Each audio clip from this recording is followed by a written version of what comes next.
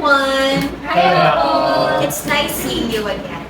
So today, let's try to reflect about the video that we watched last night on Doc's lesson. Have you remember it? Yes. Let's try to answer the questions that she provided. Is that okay? Sure. Okay. Please allow me to read the questions. Number one, what does the narrator mean when he said, even when talking face to face with another person in the same room and same language, human communication is incredibly complex?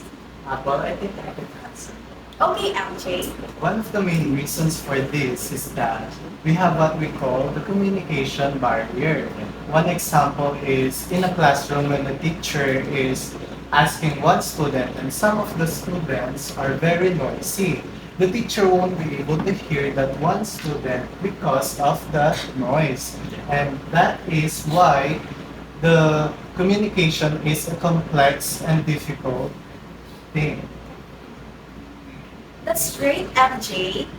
Truly, human communication is complex, right? Yes. Fair.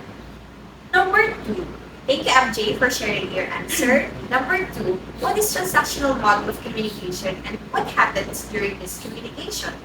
Apple, I think I have an answer for that. Okay, Vera, please share it with us. The transactional model communication is a process where communicators send and receive messages at the same time, constantly responding and adjusting. It's like a game of catch where both need to be engaged. Meaning is created through this ongoing dynamic exchange, influenced by context and possible noise. Thank you, Vera. Now we're enlightened about the transactional model of communication. Let's proceed with number three, guys. Yes. Okay. What is the so-called subjective lenses and how does it create a negative communication between or among persons? Apple, I think I know that one. So, subjective lenses is, think of it like this. It's the perspective of the person being part in the communication. So, let's say it was the same example of Mark, a teacher and a student. But instead of there being a lot of noise, there's no noise. And this time, we're taking into the perspective of the student. So the subjective lenses show that one person might be communicating the information, but the other can decide on whether or not they can intake it or not. Because who's to say if the student is actually listening to what the teacher is saying? And that's why I think it can affect it very negatively in a conversation, especially in verbal communication. That's right, Philip. Now we understand that in the process of communication, it is also important to take other people's feelings and perceptions into consideration, right? Okay, number four. Notice the lump of play as the two persons play a game of catch. How does reforming of the play of the receiver then throw it back to the catcher gives an idea of sending wrong information.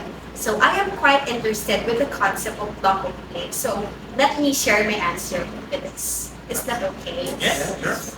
So, from the video, we have noticed that a lump of clay is a great analogy that gives way to how people shape or reshape information in the process of communication according to their perceptions. And I have searched on the internet about how this lump of clay affects the process or the idea of miscommunication. So when other people throws the clay or the message to the other people, the receiver, for example, I'm the receiver, catches it and instinctively shapes it based on my beliefs, thoughts, experiences, and perception.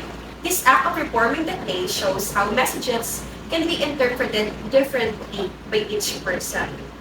As the receiver reshapes the clay and throws it back, they are essentially responding, but the response is now influenced by their own understanding of the original message. For example, a person A says, I need this done soon, intending that it should be completed within an hour. But the person B hears it and reshapes the message based on her idea of soon, which means at the end of the day. So they throw the interpretation back by acting accordingly. And this mismatch the perception, which leads to delay and potential conflict in the communication.